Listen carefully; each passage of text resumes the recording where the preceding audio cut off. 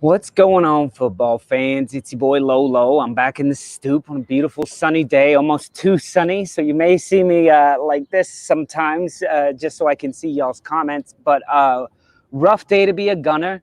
Once again, Mikel Arteta doing some fantastic switch-ups with the lineups.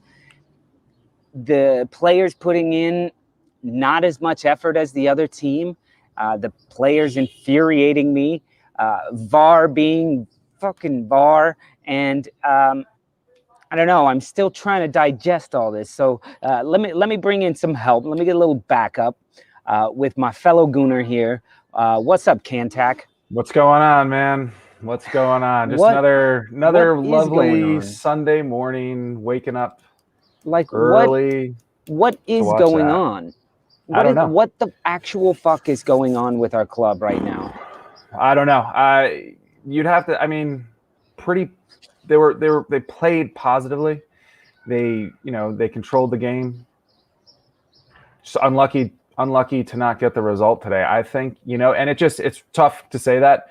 We should have slaughtered them. There's been very little consistency the entire season on who we've been, letting get runouts. And I think at this point, like, we know who the players are that are going to win us games when everyone's healthy. So, seeing the likes of El Neni and you'd have to say Ceballos even and Ketia coming on is just like a little showcase for the summer sale that we're going to have is how my long-winded way of saying that. Yeah.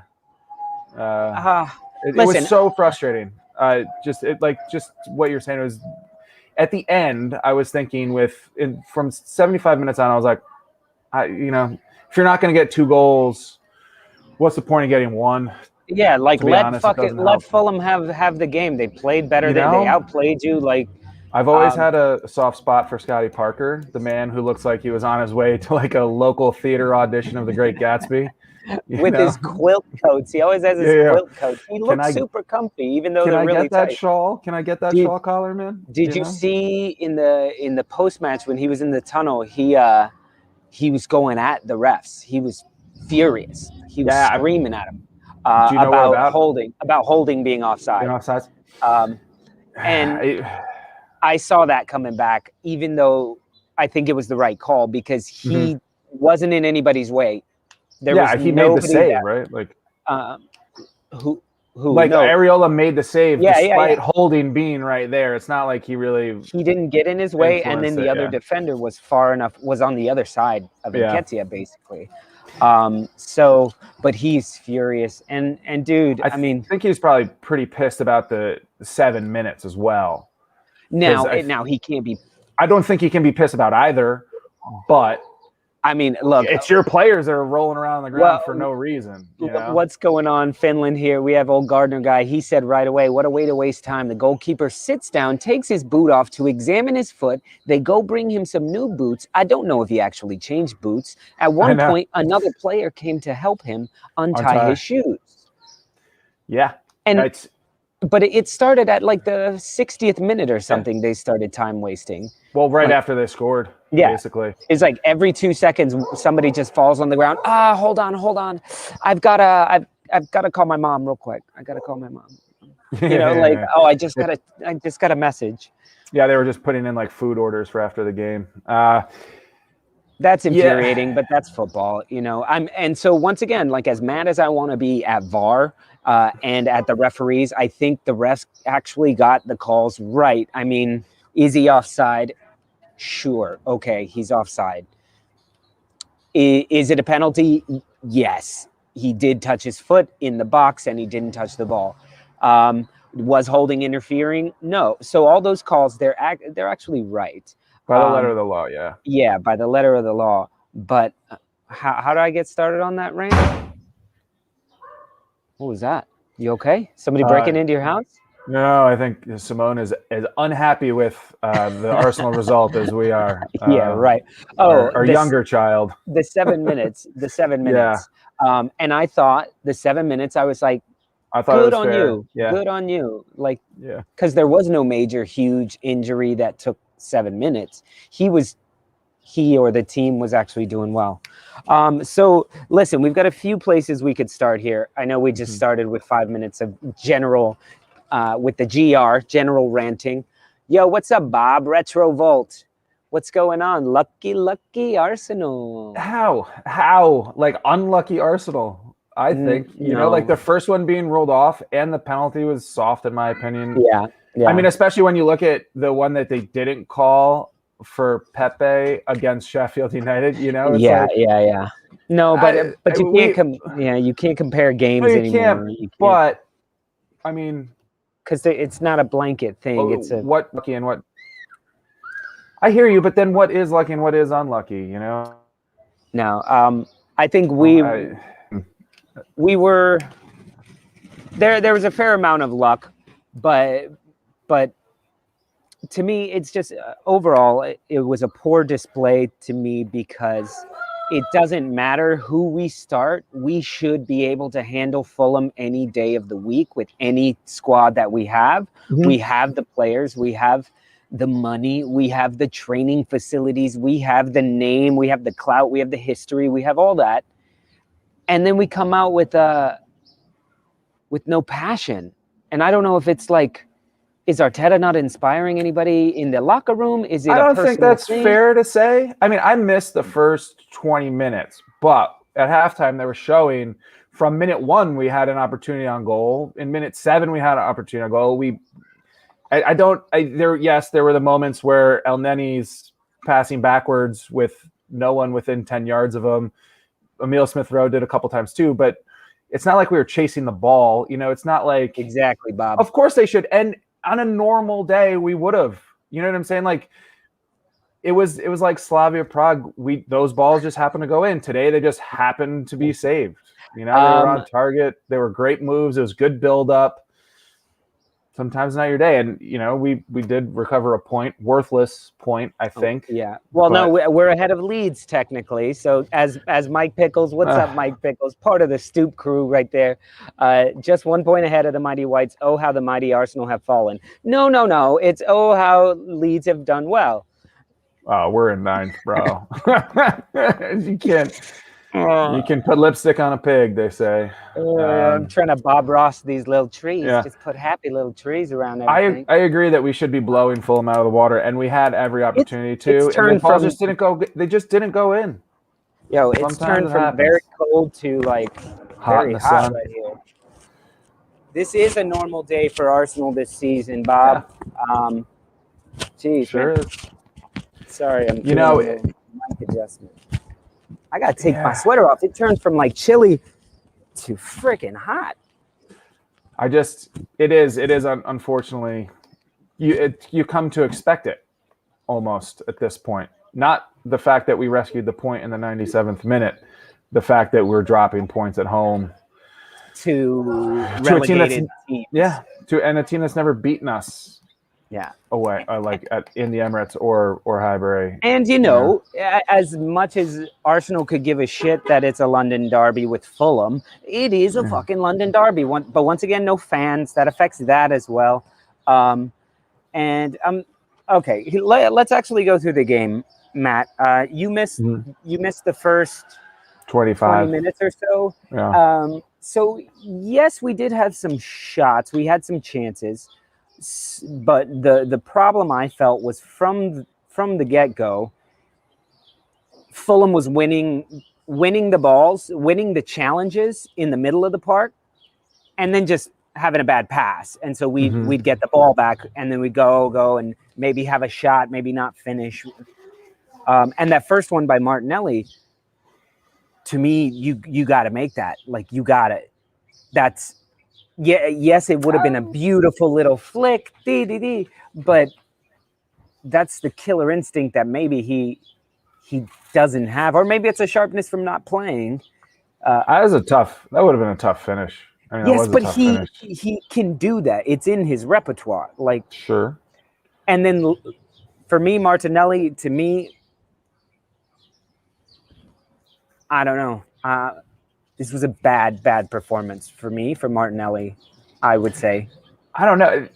You know, he was positive. He was going forward. He was willing to take people on. Fulham just played really good man marking, and then No. they would double on the outside on the corner of the 18. They double on Saka, they double on Emile Smith-Rowe, and they double on Martinelli, and they really kind of shut that out of the game, I think, to be honest. I mean, we had the ball in front of their back line for almost the entire game. Yeah.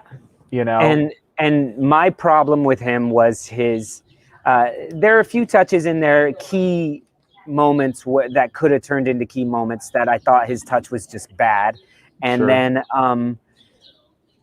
the first chance that he missed, I just feel like that's him. He's that good. He's good enough where that should be should be a fairly standard little chip for him.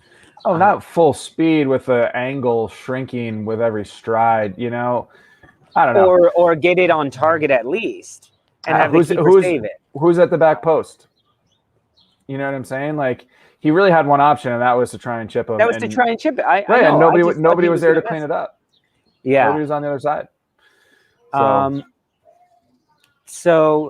But then he had another chance later in the game that he just missed. But then I felt that he, and I think this is going to go to a point about something with Arteta right now, but it looked like when he had the ball, he was looking to cut in, try something. You could feel his entire sense was on goal. Mm-hmm. Meanwhile, there's a play forming around him, and then he misses his opportunity for it, and now everybody's kind of coming back, and then he decides, fuck, I can't break this through. Here we go with a pass, and now everybody's here and it's broken down. So I just felt like he was a bit greedy in that, and then nothing ever came of it. Well, you have to wonder if maybe it was something Arteta said, like, let's get Martinelli going today. Perhaps, did I freeze? Yeah, you froze for just a second. Yeah, I just wonder if Arteta maybe had said, like, let's get, it's Fulham, they're basically relegated, we can sort of play the way we want to play. Let's get Martinelli involved early and get him going. Martinelli, be direct, take people on. And he probably took a few too many touches here and there, but didn't he play the ball that ended up being the Ceballos disallowed goal? Yeah, he did. He did play that one in. It was just a few moments where I felt like we finally had them on a little bit of a break, where they had come forward, and then he felt that energy. I agree. Meanwhile, they still had 4 people back on every, like even when they went forward, they left 4 guys back there. So just for me, I felt like when a team sits back and is playing this very, very defensive ball, you got to do it as a team. It's not really an individual that's going to break through. Even if you break through that first line, there's 3 more guys there. But you have Emile Smith-Rowe on the pitch. When we complain about there's no creativity for Arsenal, this was not that team. This team was a very creative team. Yeah, this was not one of those games. There's the games where we play teams that sit back, where I'm like, that's it. Like, you can just tell. Am I freezing again? Just for a split second. Yeah. I didn't have the feeling that I have sometimes when teams sit back against us, where like we just can't break them down. I felt a goal coming the entire game. The problem is we needed 2. Yeah. I mean, what are you going to do? You had said that. But I think going back to what I feel this may be a point on. Yeah, Con. I'll try to write a poem about that fucking nonsense. Slam poem. It's going back to my point on maybe it's something to do with Arteta, and maybe it's like it's this desperation to get to play. Like, you don't know why you're not playing. You don't know why you're not starting. Like Pepe, what must he be thinking? Like, what do I have to do to get a run of games together? Now, you could say Arteta's saving him, but players have to get in form and they have to stay in form. Yeah, it's. I don't want to get too crazy with the Pepe stuff because he clearly only performs against lower table teams and in the Europa League. So shouldn't he have played today? Exactly. I get it. Start Martinelli against the scum, or. But maybe he just wanted to go with the youngsters, the players that we really think are our future, and they should have had the game for us before Pepe even came on. Yeah. So maybe he was thinking we're good enough, we can put it away early. It's tough to say without really. I didn't hear any pregame or postgame from him. We didn't get all that. It should have been a game Pepe started, I think, based on how he plays against the lower table teams. Yeah. Sucks. Lacazette out for the rest of Europa's. Did you hear about that? I mean, listen, even if it's just a tweak, it's a couple weeks, What's up, Mr. Tom? Very, very good poem you got there. Arsenal got robbed by VAR, then Arsenal benefited from VAR. I never said it was a good poem. Yeah. So let's move on to that VAR, the first VAR call, which was the first goal. You saw that, right? Mm-hmm. What are your just in case? I'm gonna run it down for everybody, just in case y'all miss it. The ball goes out wide over in the Fulham box. It's crossed into the box, flicked on by Lacazette. By Lacazette, flicked on by Lacazette to Saka, who is the furthest man forward. He cuts it back out to Bellerin, who crosses it into a header to Ceballos. So boom, boom, boom, boom, boom. Really lovely. Lovely play. So they call it back all the way to the Saka. So the third to last man to touch it. Right. First of all. Or the third man to touch it. The third and the third. Yeah, he was right in the middle. Oh, yeah. He was right in the middle of it. So they take a look at it, and here's a picture. So there's his foot. His entire body is going this way, up the field, up the pitch, and his toe here is offside. Pinky. And they chose a moment when they feel like it was coming off of Lacazette's That's head. the biggest thing, because now, so that's the problem with instant replay, right? Is now we've gotten to the point where the margins are so slim, we have to go not from where the toes are, but the exact moment the ball is played.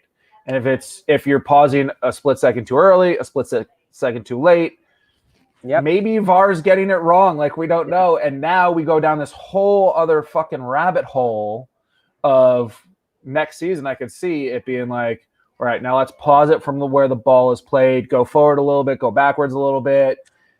You know how they do in American football with a fumble? They go back, they forward, they rewind, they fast forward. I see that coming, and it's just, every time there's going to be a VAR call, you're going to have to add 3 minutes just for the VAR. Yeah. It's too much. I think, listen, yes, based on that picture you just showed, he's marginally offside. And we just have to live with that. I think if that goal stands, we're probably walking away with the game. Yeah, it could turn. They immediately have to start pressing and moving forward. They immediately have to start getting the ball more, which opens more chances, and then Lacazette ends up with a hat trick. On a night. Yeah. That's how that game could have. So unlucky, Arsenal. Yeah, for that maybe I'd say. It's just such a tough pill to swallow. And especially their penalty just coming so against the run of play, it just feels like it happens to us week in and week out. If there's few games where we just get smoked, Liverpool, Man City aside. Yeah. We can talk about Leeds getting smoked by Liverpool tomorrow if you guys want. We can go there. I feel like I might lose us some viewers. So going back to what I say, I'm in TV and film, so we know you shoot in over here, you shoot in 30p or 24 frames per second. Over there, it's 25 frames per second. So shooting football for slow-mo, they're probably they're at the minimum 50 frames per second, but probably shooting at 100 frames per second to get the super slow-mo. But that still means it's 100 frames in 1 second. It's 100 photos in 1 second. So it depends which photo they choose. Yeah. In that, So now Saka's foot is planted on the ground, so maybe this one isn't one of those. But like where, oh, his sleeve is off, if you went back one frame, the ball may still be on the foot. Yeah. And then it's a round ball filled with air hitting a soft foot. There's give. There's like, when are you soft depending on the player? Yeah. So it's just it's not an exact thing. No, and it's supposed to be. And so there needs to be a margin of error of like, if it's taking us this long, we're going to go with what the ruling on the field was. Yeah, if you can't come to a decision within the first couple, without looking at it the first time. Yeah, it's supposed to take out the margin of error, and it's not, and that's the problem. Yeah. And it bogs down the game. It creates all these what are going to be like new protocols in the future. It does in every sport. I've been saying it since they introduced it in American football. VAR, Bandy, can't disagree more. You can't disagree more. VAR is a good thing. I think it's we've got to have it just with the technology that exists in the world right now. Like, why though? It's that we're not making good use of it. That's my problem with it. We don't have. If we can't make good use of it and it's not taking out the margin of error, then we actually don't have the proper technology to do it. Yeah. So maybe you're right. Like that's how I see it. Yeah. I wish that's how they saw it in England, in Europe. Yeah. The people that So Mr. Tom, we've talked about this as well. Part of the VAR problem is that they only watch it back in slow motion, which often makes tackles look worse, removes context. I think they don't only watch it in slow motion, but generally speaking, that's when they say, oh, you should come look at this. And they show it to him. But I feel like every referee, if you're called over, every referee on a decision like that needs to go over to the monitor and see it themselves. Because they didn't call it on the field. The linesman didn't call it on the field. Right. So they need to watch. Okay, show me what you want to show me. And now show it to me fast, show it to me slow, and show it to me fast again. And then I'm making my decision. Yeah. And so what do you feel about what Bondi said about the attacker should always have the advantage? Like in baseball, tie goes to the runner, right? It's kind of an unspoken, unwritten rule. Mm-hmm.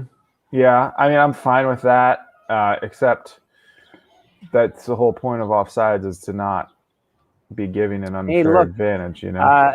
What's going on, Darren, part of the Stoop crew? He's right there with you. He says, VAR's dumb. Something is wrong with the tech. Thank you. It should be decided purely by the machine with no human judgment. If it can't be done, then the tech is not ready. And that's exactly what you're saying.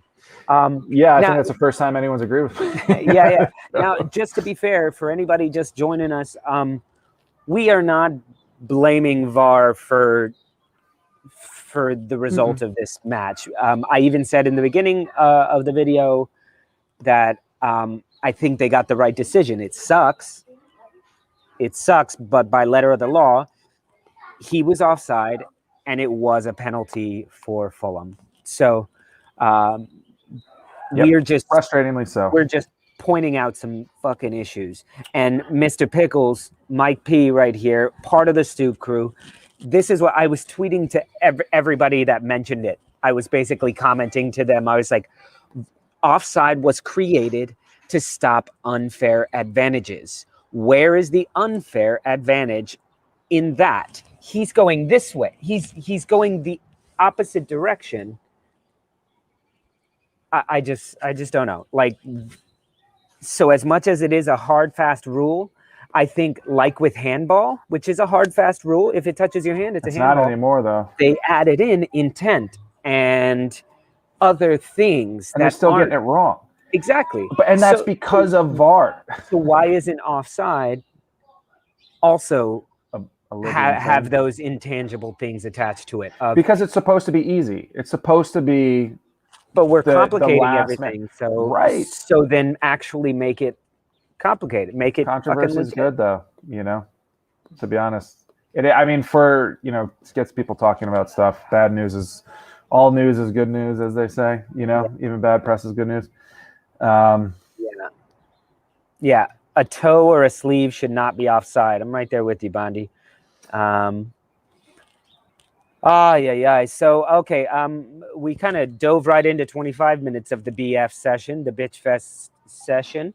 But I want to say what's up to all of our Stoop crew. We got a lot of new Stoop crew members this week. I'm seeing some new names. Although I did take a self-imposed timeout after the Liverpool match. Mark, if you're watching, I'm sorry. Sorry. Yeah, he's not happy with you. I know. I keep forgiving you. I don't understand why anybody wants to be on this show. I just talk smack about you generally. Yeah. Anyway, I want to say big up to my Stoop crew. We got Mr. Tom here. We got Bob Retrovolt. Bob, who, by the way, was the very first comment and thumbs up on a video I posted last night. I was like, it's late night, and I was like, should I post it in the morning or fuck it? And I just posted it. And then within like 30 seconds, Bob had already commented. So big up to you, Retrovolt Arcade. I saw that you guys are opening back up for private parties out in California. He's got an arcade, legit arcade. So good luck on that, Bob. Wish we could check it out. Maybe one day we can. But also Mr. Pickles, Mike P is here. We had someone else. Darren Wong was here. And John C., he doesn't have the little logo by his name. That's Director John, by the way. He's on the train. He's not here. So if we're not getting your comments up fast enough, that's my fault. I'm probably ranting too much. Okay, so let's continue through the match. So let's go away from that goal. First of all, that goal was beautiful. It was very well worked. Everyone did their jobs. I felt like those were the things that I was complaining about Martinelli about, is like, when we have that capability, you don't have to take the man on. Take on 7 men. Yeah. I know Martinelli can win almost any one-on-one, I think. Today. He was winning some of them, but they were pushing him out too far outside, and then nobody was in the box. Well, that's what I'm saying. Like they played really good man defense, and then when they needed the help, there was another defender there. I didn't see too much like overlapping from Xhaka on Martinelli's side, but I saw a lot of overlapping on Saka's side, or when Emile Smith-Rowe had it on the right. And I know it gives another opportunity to play the ball, but every once in a while, just let him take a man on man and see what happens. Yeah. There was. Yeah, and see, Slavia Prague on Thursday. How many back passes do you remember? Like, it was all forward play. Mm-hmm. And I felt like this was. There was a lot of open space with El Neni and Emile Smith-Rowe playing in that 10 role, where I thought he could turn and take somebody on. And for whatever reason, he played the ball back quickly, too. Now, I like playing the ball quickly. I would just, going forward in the future would be nice. Which is why I don't think that spot is really. I don't think he'll be competing if Odegaard stays. I don't think he'll be competing there. I think he'll be competing out wide on the left with Martinelli, to be honest, if we don't put Martinelli up front. He's creative. He's really good. He can take guys on. But I think there was too much pressure on him today to be that focal point up front to feed guys through the lanes. Yeah. With the through balls. Yeah. I would have liked to see him shoot too a couple times. Yeah. Likewise. What was frustrating me with the back passes was even towards the end of the match, where they're sitting with 8-9 guys in the box, and we would get the ball, and it never felt like we were actually going on a break. Because they were closing. They had 9 guys back. No. Sorry. When they would actually go forward. Right. When we got the ball, yes, they still have 5 guys back, but you got to look at that as like, oh, they've only got 2 men back right now. That's the advantage. That's the way mentally you have to play it, because the rest, it was get the ball to the middle, hold up play, pass it back to here, let all of Fulham get behind us. Okay, everybody, and scene. Let's go. And what frustrated me, I saw in like the 87th minute, they were pressing us to our goal line basically. Yeah. And we were resorting to like just hoofing it forward and hoping it landed to one of our players. And I was like, this is what? Yeah, and this isn't supposed to be happening. We should be dissecting them. If they're going to play all the way up the pitch, it should be 2 passes, and we're at halfway. We're at the half line and beyond. Yeah, and that was good for them though. Fuck it. Like sometimes you just kind of got to give credit. No, they played desperate. It paid off until it took 97 minutes to break them down. Yeah, big up to Fulham. They played well. They wanted it, and that's what was frustrating. They're fighting for their lives. Yeah.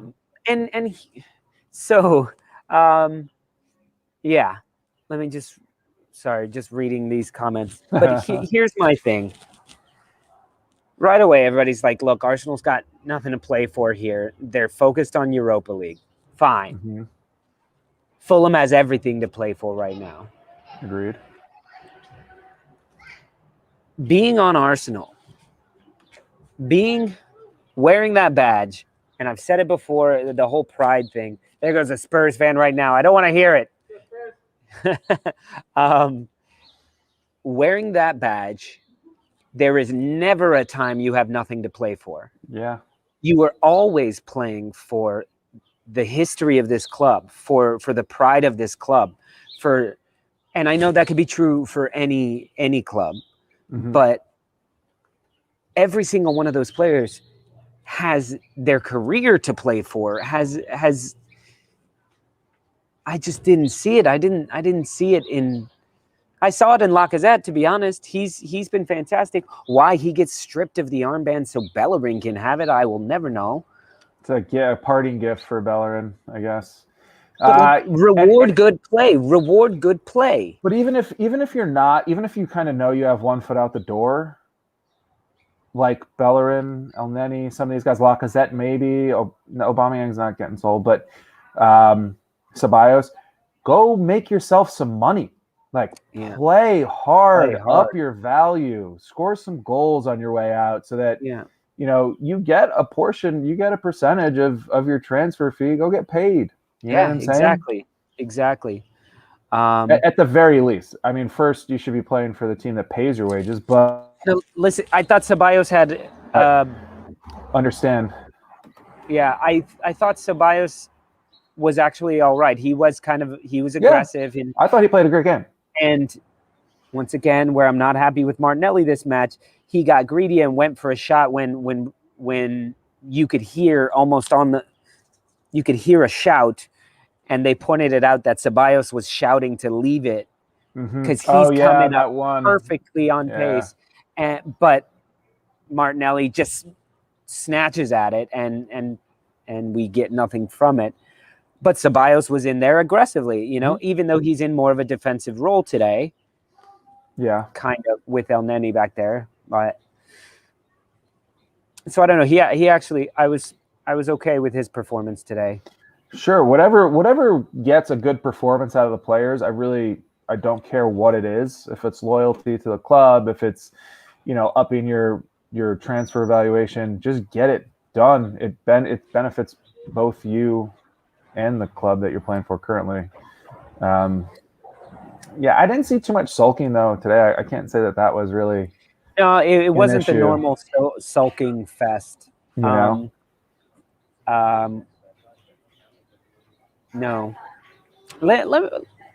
Did Balogun actually sign a contract this week? Is that true? I thought so. So why wouldn't you put him on the bench today? Like, he's probably recovering from signing. He hurt his wrist. Or just from celebrating. You figure you give the kid a couple days to I'm like, tie one on with his friends. This seems like a perfect opportunity. Sorry, I'm not even going to get into Mikel Arteta right now because I don't understand what he's doing. He tries to outthink everybody and outsmart everybody and not tell anybody what the fucking plan is, and nobody understands when they're going to play, when they're not going to play. Well, with a squad like Man City's depth, I do whatever you want. That's not us, man. Play your best players that are healthy. and make the changes if it's you like, need to because of injury. Oh, he you had a know? great game, so let's not get him tired. Yeah. What the fuck? But I mean, Lacazette plays every day. Xhaka plays every fucking day. and we don't have the likes of Ilkay Gundogan to come in if De Bruyne gets hurt. You know what I'm saying?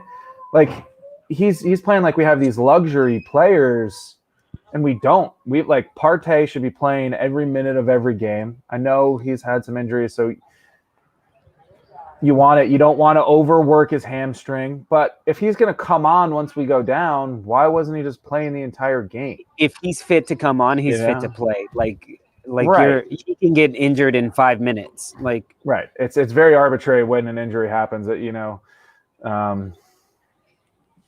I think you're right. I think it is too much overthinking. It with a squad as deep as United or City, sure, he comes off looking like a genius. And you need to because you're playing in 4 competitions at all times. Like we don't need to be rotating that much. We're only in 2 competitions now.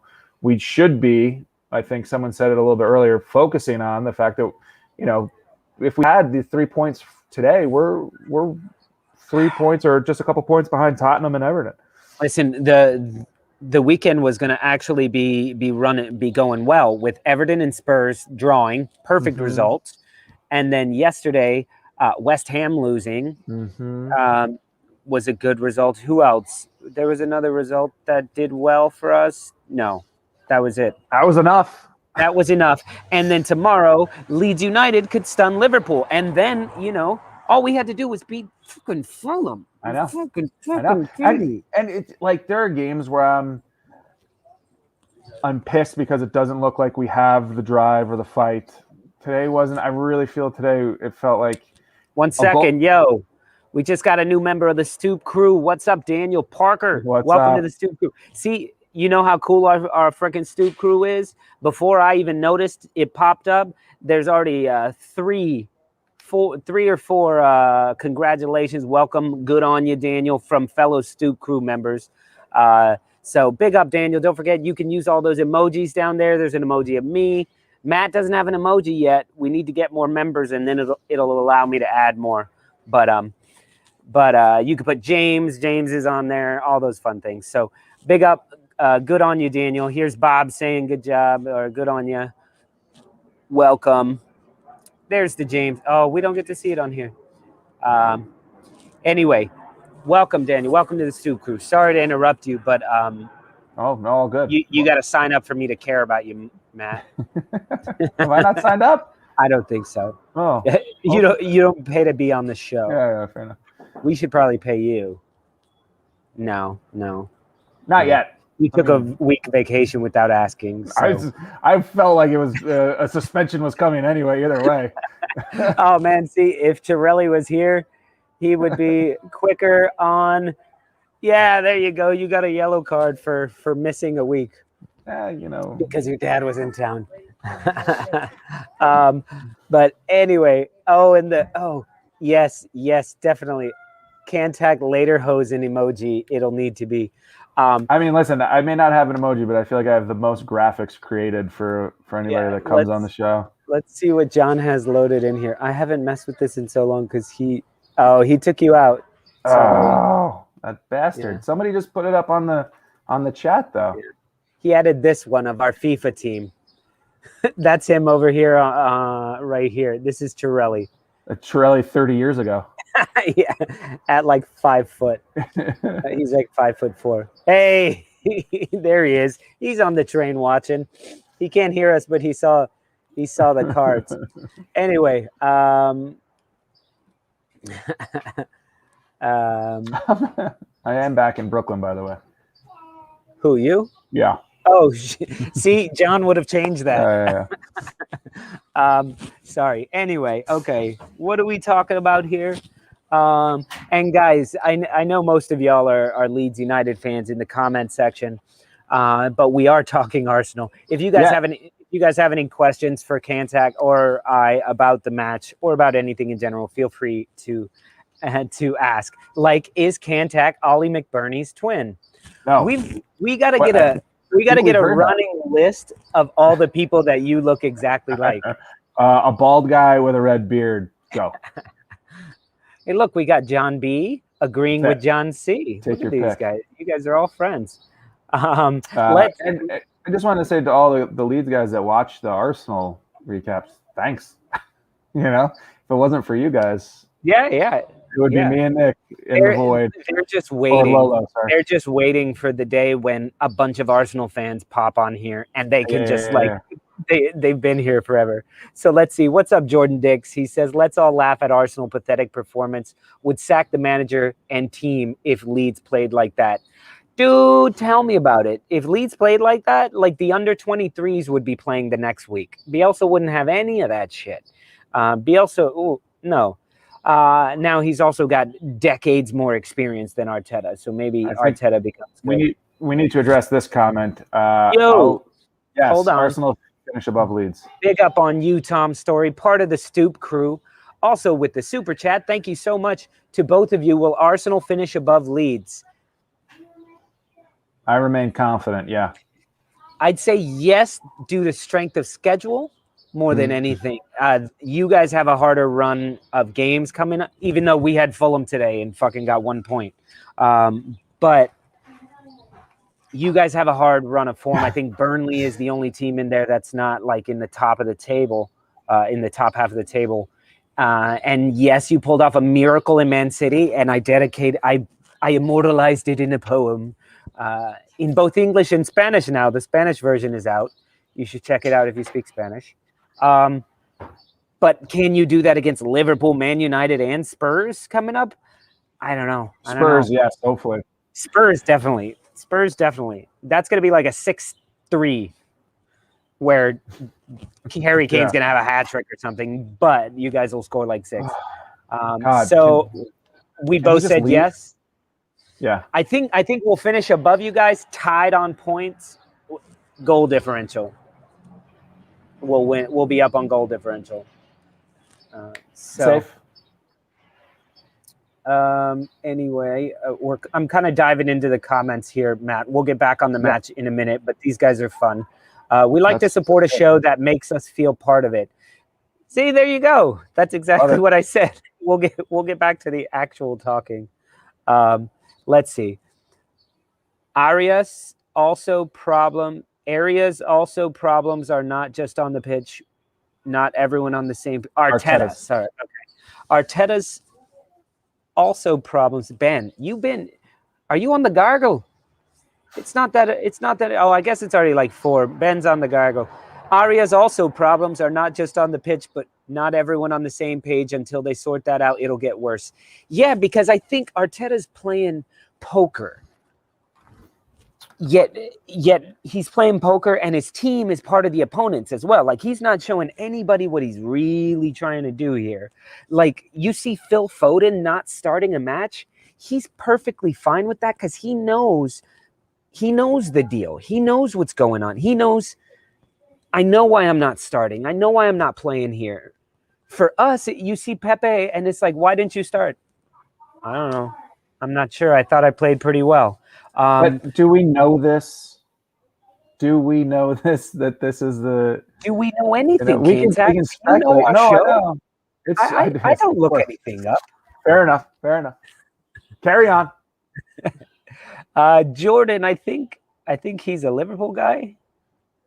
Leeds. He's a Leeds guy. Yeah, we can beat anybody, but get beat by anyone too. Yeah, that's why I think Burnley, for you guys, being the easiest opponent besides the last day of the year. I think you have like Brighton or somebody.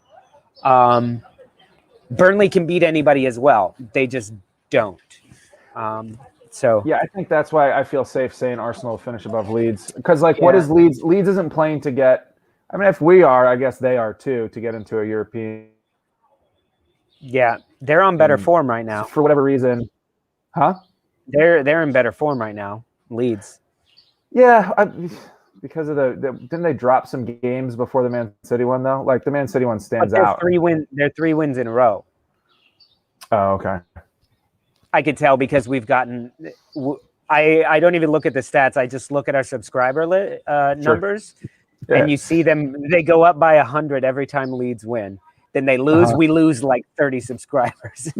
So that's a good return still, though. Yeah, but they beat Man City. We went up like 300 subscribers. So let's see, John B. Realistically, Arsenal will finish above Leeds, but to even be talking about this is amazing. Yeah, we've talked about that. Imagine week 33, 32. Imagine last year thinking, okay, by week 32, we'll be playing Liverpool in a 6-point match. Yeah. You know, where like, I mean, not that you're going to jump over them, but it's a huge 3 points for both of you guys. So Chiarelli, director John, who's got like Charles Manson in his picture. What is that?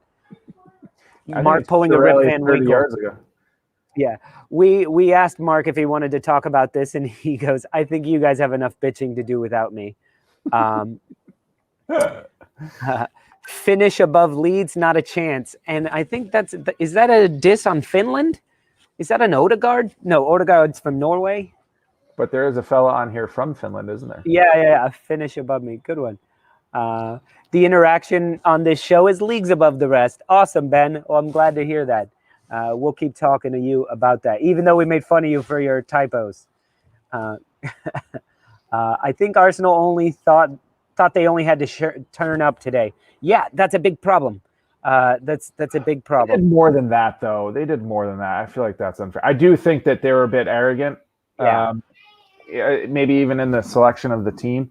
But they certainly had enough chances. There was enough saves by Areola where, you know, I feel like it's an undeserved result for us the way we played. I really don't think we played that awfully. You can criticize anything, any game you can criticize, and obviously we dropped points at home, so it's fair play to criticize them. But to say that we only thought we had to turn up to win, it's not like we're playing Fulham and we only had one chance on goal and it was half a chance. Like we had plenty of shots on target that were just saved. What are you gonna do? You know, the Pepe header. It's a great save. Yeah, by that's Areola. a great save. That was a great Areola save. had a great save on Martinelli when he's going near post. It's just, to me, like when they're giving you all the possession for 30, 40 minutes, I feel like we gotta be good enough to break them down. Like we have to.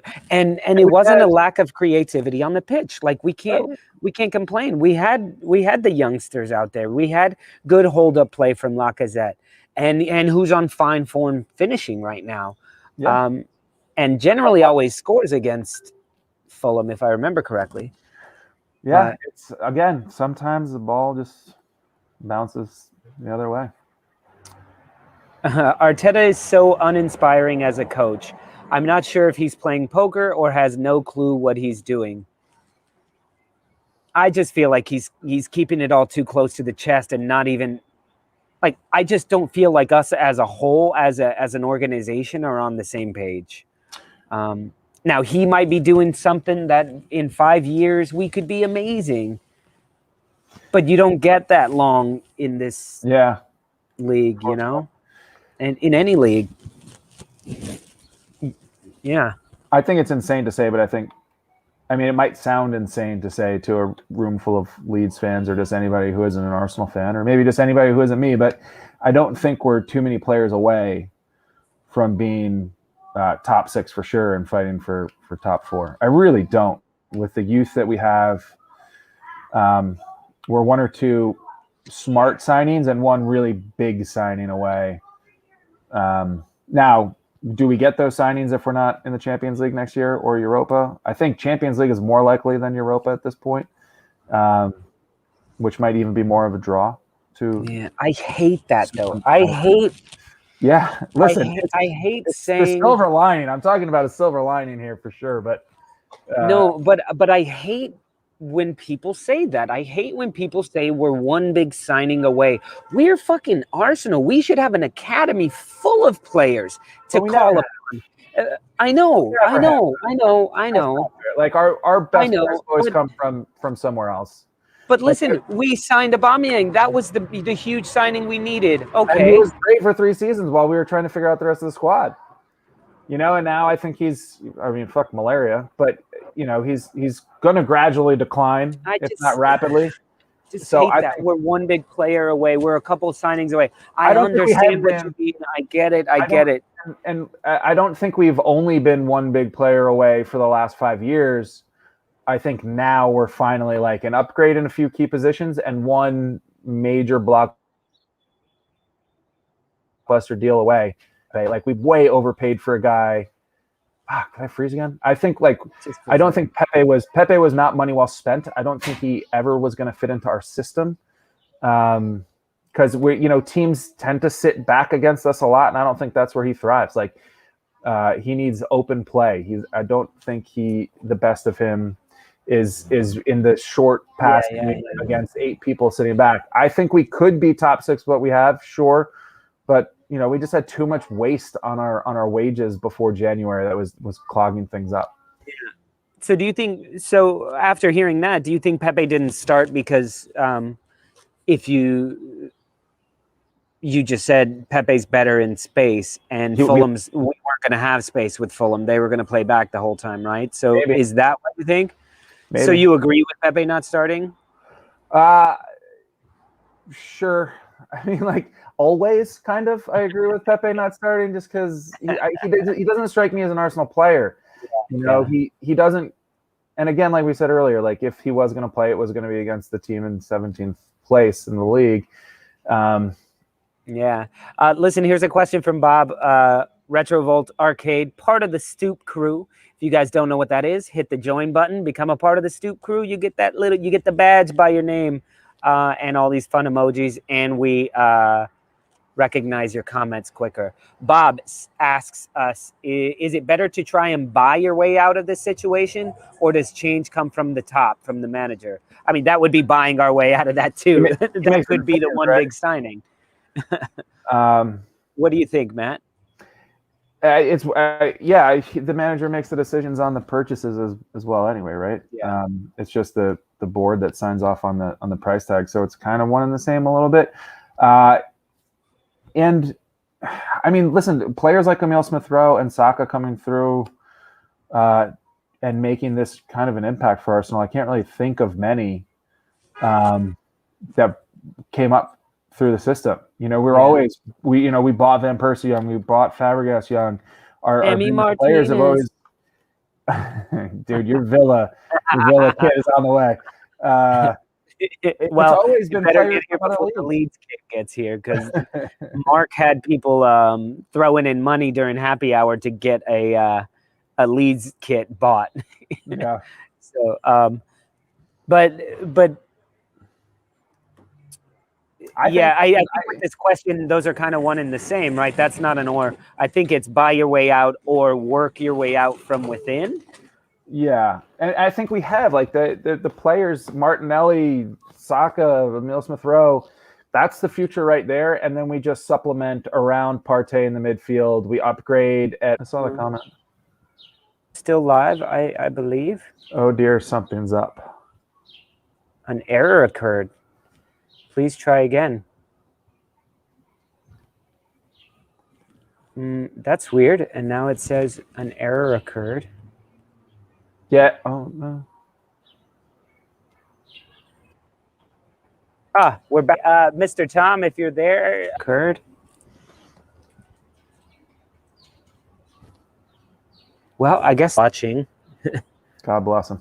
But, man, let me, guys.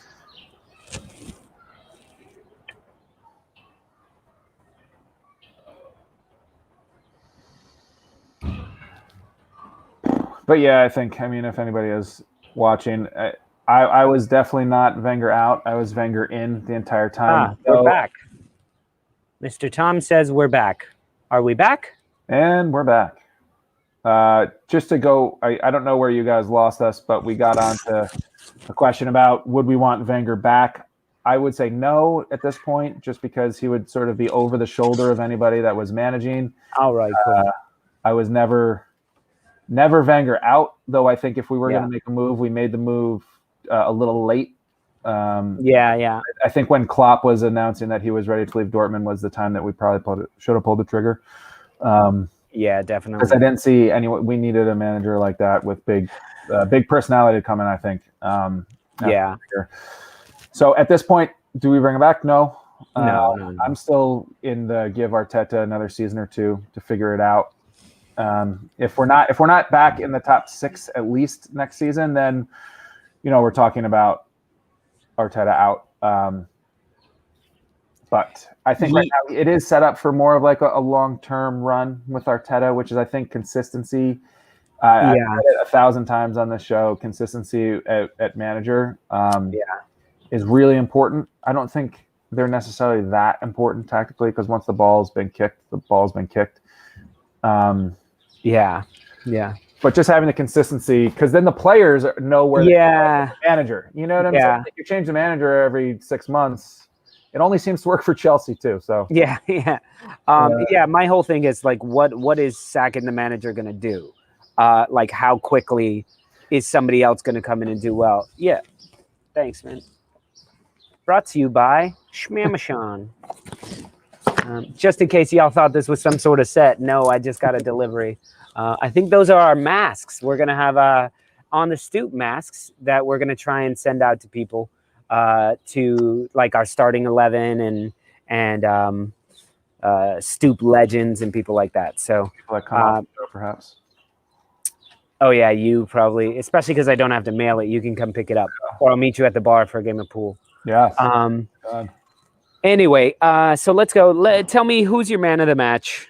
Let's actually talk football here. Man, that's tough. I didn't see anyone stand out besides like Lacazette, and then he got hurt.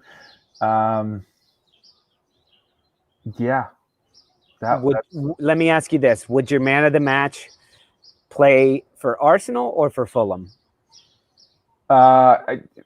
Arsenal, and to be, now that I think about it, maybe it's Ceballos. He was everywhere. Yeah, he was. He was truly box to box. Lacazette just put in the same performance he always puts in. I don't think we really see this from Ceballos every time. And I'll be honest, when I'm watching Arsenal, I really have sole focus on the Arsenal players. At this point in my life, I don't have enough memory space to remember who's on the other teams. Yeah. Anderson played well, though. Having said that, I mean, I think you could have a shout for Areola. Yeah, sure. So he took his boots off. Then I wanted to beat him with his studs. Yeah. I hated that. I think I would probably go with the keeper for Fulham, because you're right. He made a couple saves that changed the game, and the first 2 minutes, that chance with Martinelli, who I'm giving a lot of crap to Martinelli for, he played it right. He played it exactly right. Had he come forward, it's an easy chip.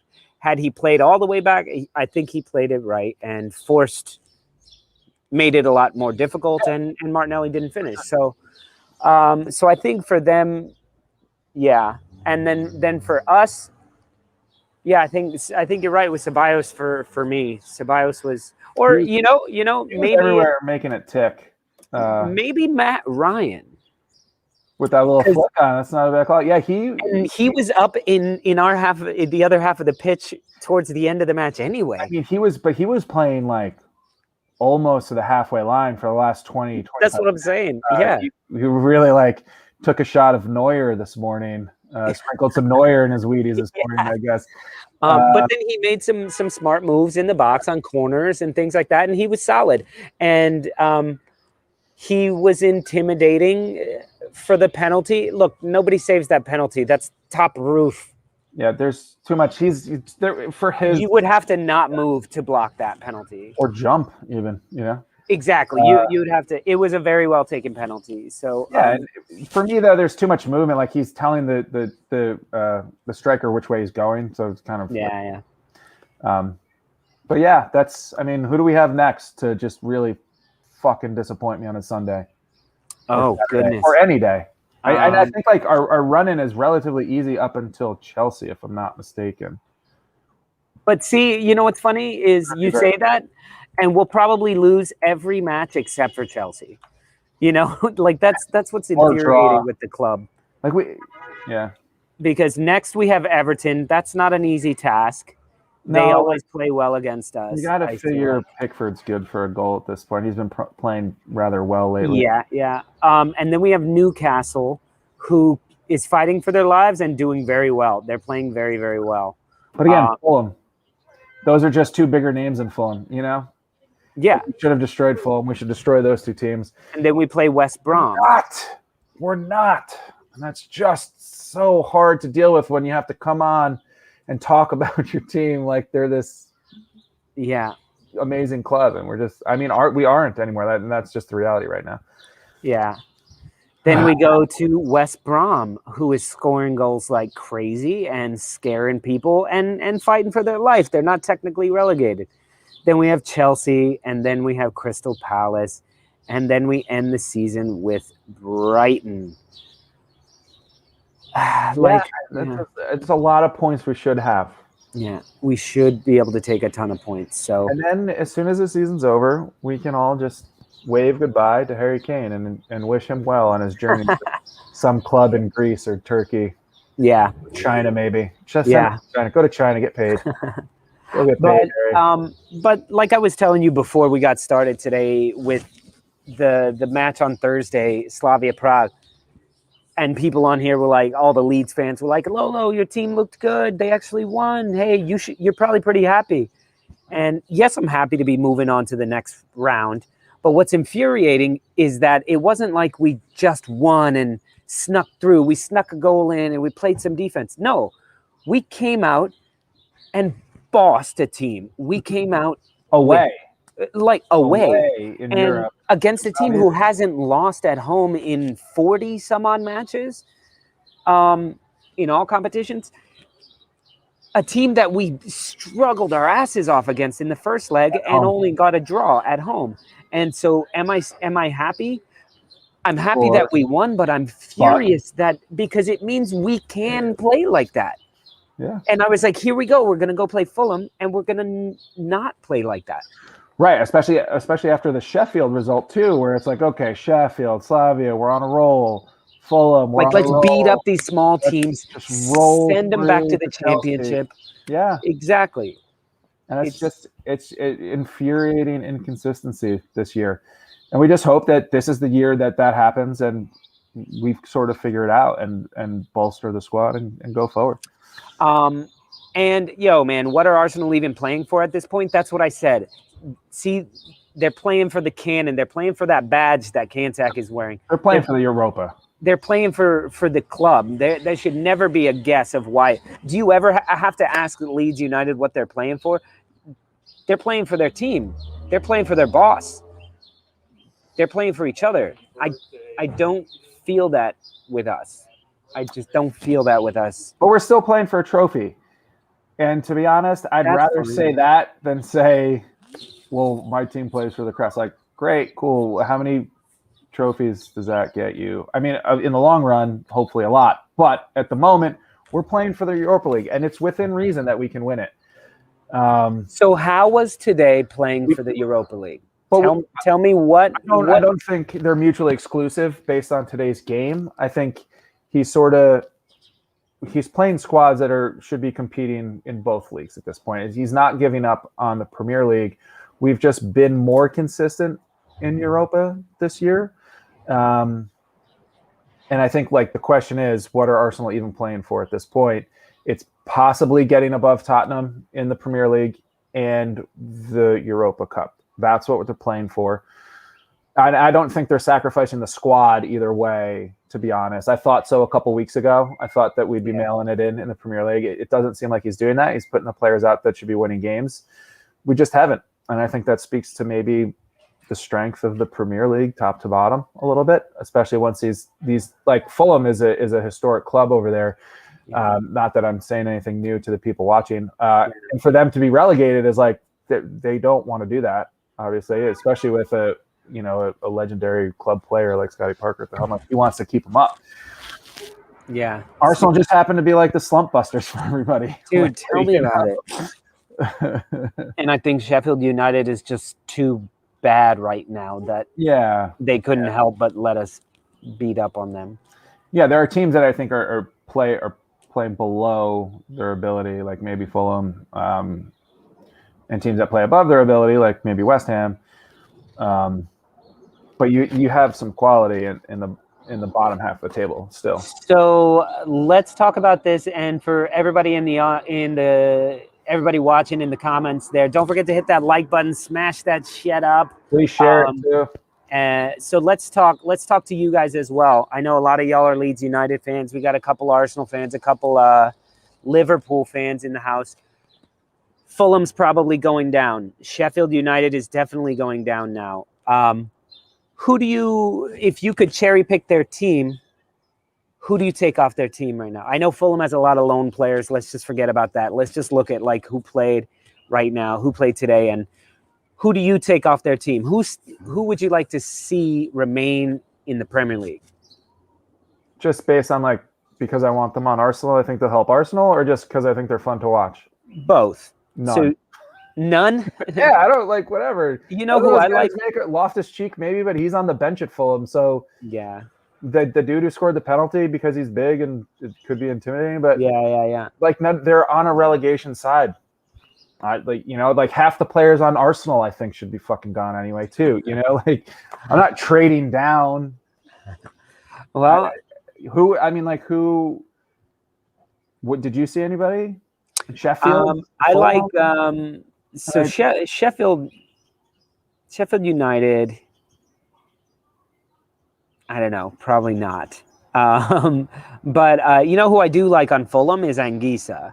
Zambo Anguissa. Mm-hmm. I heard his name a bunch. He's got the dreads. Look, yeah. Bandy and I at the same exact time. Would you take? He sort of plays Partey's role now, or is he more forward? To me, like, get rid of El Nene and put him there because he is very defensive. But then on the ball, moving forward, he's got some great skill, some really great skill, and he plays his ass off.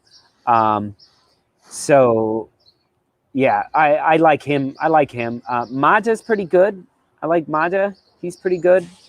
It was tough to tell for them offensively. Like nobody on their offense really stood out. It was the defensive midfield and the defenders that stood out, and we still managed to move the goal. There's like few players below us. Like, don't tell Mark, but I take Rafinha. Mark, don't tell Mark. But don't tell Mark that I'm giving any credit to a player on Wolves, but I take... You said Rafinha. Oh, wait. Yeah, who am I thinking of on Wolves? Neto? Neves? Neto. Neto. Yeah, I'm a terrible person to ask this question, too. What about Joaquin Anderson as well? He's very good defender. Who does he out and out replace, though? I believe he's a center back. Yeah, I know, but who does he? Gabriel, Holding, Mari, Holding. Everybody's down on Holding. Mari. Yeah. I don't know. Sure. Yeah. Fine. I'll take Anderson. I think he's now the captain of his country, I believe. No. Sweden. Sweden. I'm not sure. I don't know too much about him, but all right. Anyway, so why would Rafinha make a sideways move to Arsenal? I was thinking of Neto. Yeah, Neto. I take Rafinha too, and that still, serves my point as there's only a few players below us that I'd take. Yeah. Okay, well, listen, we've been going on for a while now. Is there anything else that you want to say about this horrible display? Man. Just that it, like, of the horrible displays, this to me is the result is as bad, but it's not the worst display that I've seen this season at all. The Man United game, even though it was a draw, the Man City, the Liverpool, those were disgraceful performances. I don't think this was as bad of a performance as the result. Like, the result doesn't really give the full story. So listen. So for our British audience here, I'm pretty sure you guys are familiar with the IT crowd. Did you ever watch the IT crowd, Matt? No. So it's Chris O'Dowd, the Irish actor, comedian, and Richard Adewale. But they're basically they're nerds, they're IT guys, and so one day they get so they're very nerdy, and the mailman walks in, and he goes, the mailman says something, who's, you know, he's like manly, and Richard Adewale Moss goes, you see that ludicrous display last night? And the postman is like, yeah, what was Wenger thinking bringing Walcott in that early? And then the nerd guy goes, the thing about Arsenal is they always try and walk it in.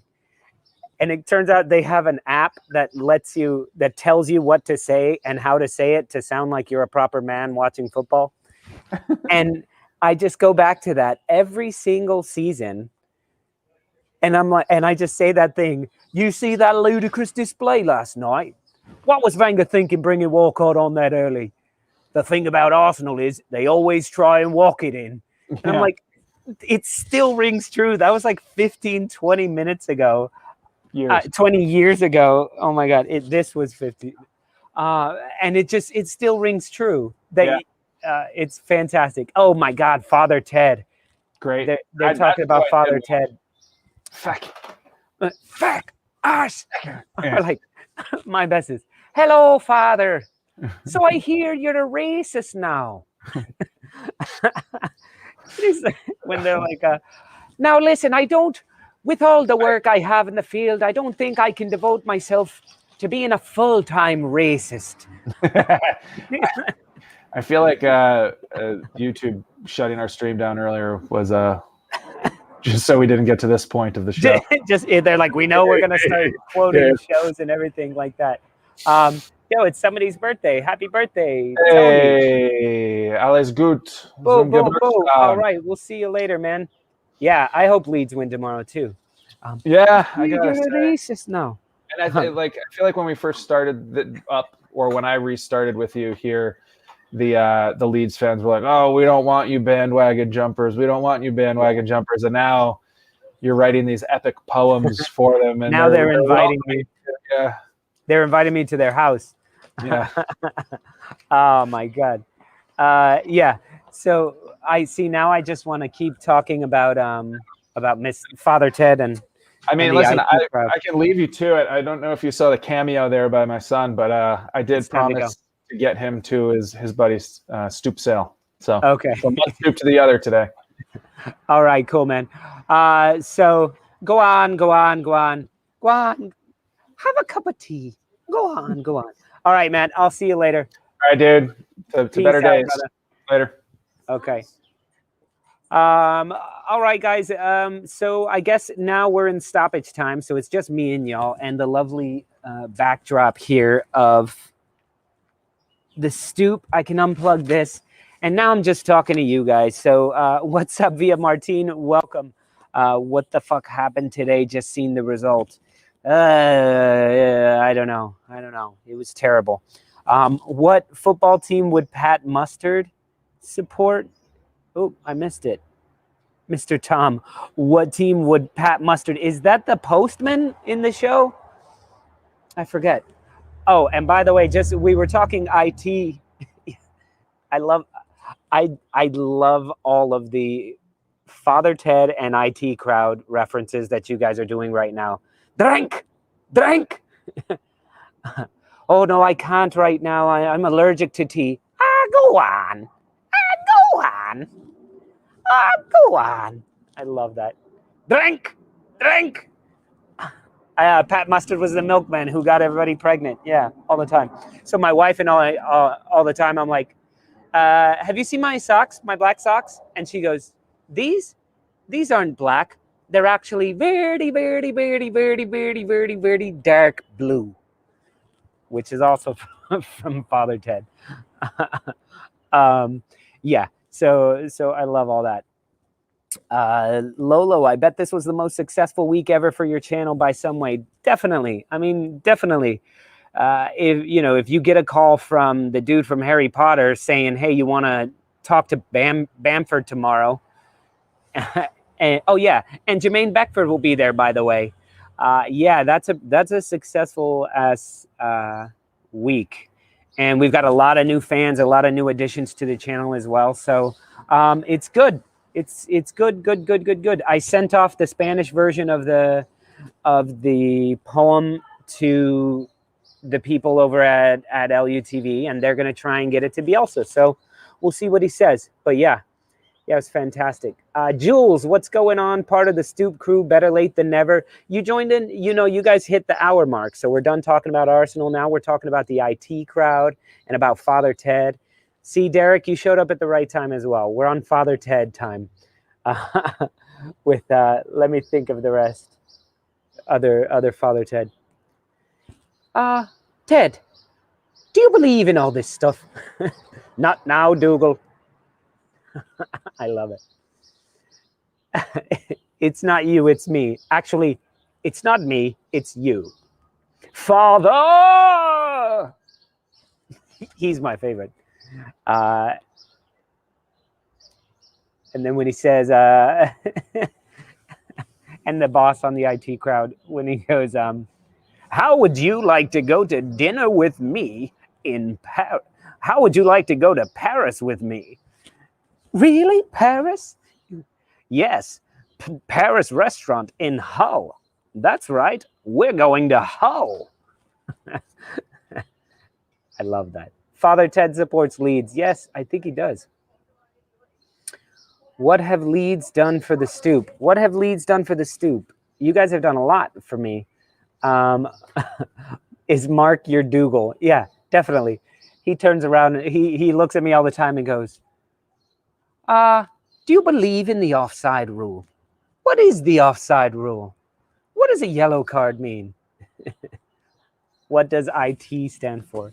Yes, we're going to start a new channel that is just an IT crowd Father Ted fan channel. It's going to be awesome. I can't wait till some Arsenal supporters watch this video and then they get to the end and realize, oh, they're just all talking about British comedy shows. Can you lads imagine if Lolo actually gets over to Ellen Road for a game and we get a few pre-pints in, he wouldn't know what hit him. It's a must. Yeah, I'm telling you, when I get to Ellen Road, when I get to Leeds and we go to a match, I will go to a pub with you guys. I will stand up on the table with a pint in my hand and do the poem for you guys then and there, live, just for you guys. Swigging my beer around. It would be fantastic. And then we walk over and we go to Ellen Road, do a Stoop show beforehand, and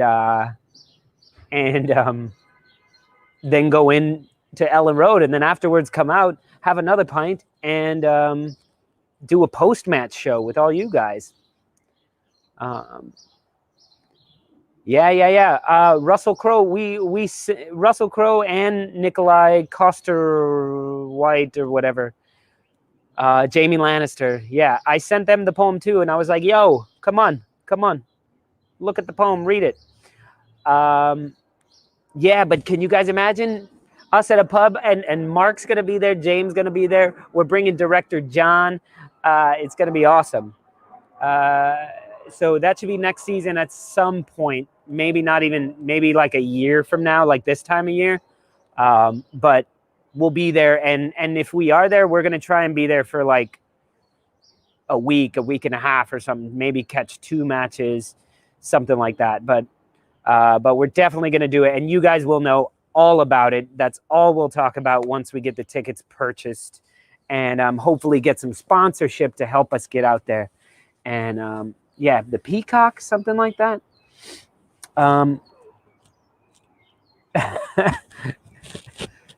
What? You saw Mark in the 1973 Westworld last night? I'll have to look that up and see that. Oh, wow. I think he gets so blasted he ends up with a Bielsa tattoo across his whole back. Wouldn't be the worst thing. Wouldn't be the worst thing. Old Gardner Finland, what's up, man? Our Finnish friend.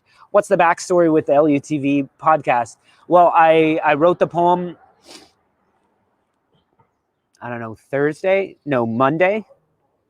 On Monday, I woke up and decided I wanted to do something like that, and I wrote it, and I went out and shot it that afternoon, and I posted it online, and it went nuts. And by 9 o'clock that night, I was texting with Neville Longbottom, and he was asking me, he's like, hey, how would you like to come on to the LUFC official podcast. I was like, yeah, sure, sounds great. Let's do it. And he goes, can you do tomorrow? And I'm like, yeah, sure, whatever time you need. And he goes, good. I'm excited to see what Pat thinks about it when you read it to him. And I had to go, excuse me? Who? Patrick Bamford. Yeah, you're going to be on with Patrick Bamford, me, Emma, and Bex. And I was like, Bex meaning Jermaine Beckford? And he's like, yeah. And I was like, awesome. So I start texting these guys like, looks like somebody's talking to Patrick Bamford tomorrow. And that's the backstory with that, man. Lolo will quickly become a firm favorite at Ellen Road. Yeah, man, I'm pretty sure somehow I'll lose my passport and have to stay. But yeah, it should be a shit ton of fun. We're gonna have a good old time. Yeah. So, all right, guys, I think I'm gonna wrap it up. We're closing in on the full 90 today, even though we had like a 5-minute break where YouTube went down or something like that. I could see Lolo alongside Emma Jones. Yeah, I think when we do go over, I'll go over to the studio and do a show. They'll be back in the studio doing shows, so maybe I'll get to hang out with her. Just back from a run, Lawler. Hopefully you guys gave Arsenal a lambasting. I did. Shite. Yes, they were. And isn't that crazy, Mr. Tom? I am just shocked that there's not more comments. There's been over 1,000 comments, over 1,000 likes. There's been like 500 comments and all that. Only a couple of them mentioned that I'm an Arsenal fan, which is crazy. I don't know. So it's good. Yes, I talked to Emma. Darren, she's very easy to talk to. Ben, great show. Thank you, man. Thank you very much. We're about to head out of here, so you're not missing nothing. Okay, last question. Here we go. Amy Duval. What's going on, Amy? She or he or they ask, what predictions for the Leeds game on Monday, Liverpool?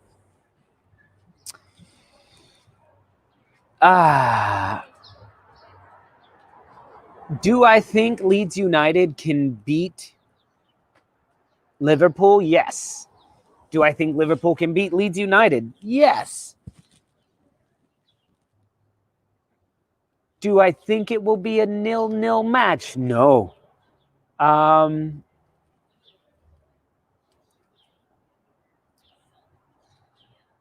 So listen, I'm gonna stick with my original bet, which I said on the Arsenal on the Leeds United Liverpool preview show. I'm gonna stick with what I originally said, and I'm gonna go with the same scoreline from the first meeting this year, which was 4-3 home away, and I think it's gonna be the same thing, home away 4-3. It's going to be Leeds United getting the 4 this time and going on top of Liverpool. Going to be a cracker of a match. I think it's going to be very open and fun. Lolo sitting on Bielsa's bucket. Yeah, somebody said they were going to send us some. So send us a Bielsa bucket from the Ellen Road shop. So, yeah. Mark. Arsenal seemed like it played at half speed. Yeah. It's absolutely. I would agree. From the first whistle, Fulham was on every ball. They were challenging for everything. Arsenal wasn't challenging for a single ball. I could tell from the beginning that it was just, that's what's going on. So just remember, when you meet Emma, we'll be watching where your eyes are looking. Fight it, Lolo. I'm a professional. Don't worry. So we'll see. You say that now. But thanks, Lolo. Thank you guys, and thank all you guys for always joining in on the show. Mr. Tom, all of the Stoop crew. Thank you guys for talking with us and bearing with all the Arsenal talk. I know most of y'all are Leeds United fans, but you get some fun stuff at the end, like the Father Ted IT crowd. And now you guys know that I love that show. You can quote it all the time. And and Fulham are decent. No shame in a draw, says John B. Only shame because we are better than that, I feel. So it is a shame in that. So let's see. Let's go. Don't forget, check out the Spanish version of the poem that I did too, and tell me how I did with my pronunciation if any of you guys speak Spanish. But yes, definitely time for a cup of tea for me. I'm losing my voice as well after 90 minutes of talking. So best of luck to you guys tomorrow, Leeds United against Liverpool, and we'll see how that goes. We'll see you after the match. There's a chance that we head out to Legends in the city and we watch it from Legends Bar. If that's the case, we'll probably be live for the whole match. So stay tuned. Make sure you like and subscribe to the channel and you'll get notifications on all that. Big up to all my Stoop crew. Don't forget, Stoop crew, stick around and look at the credits. Your names should be in there. And if your names aren't in there, I'm working on it. I just haven't, I don't have it fully updated to today, but Stoop crew, love you guys, and we will see y'all. Oh look, I'm missing Chiarelli. Here we go, and we will see you guys tomorrow. Much love to you guys from Brooklyn. Peace. Yeah.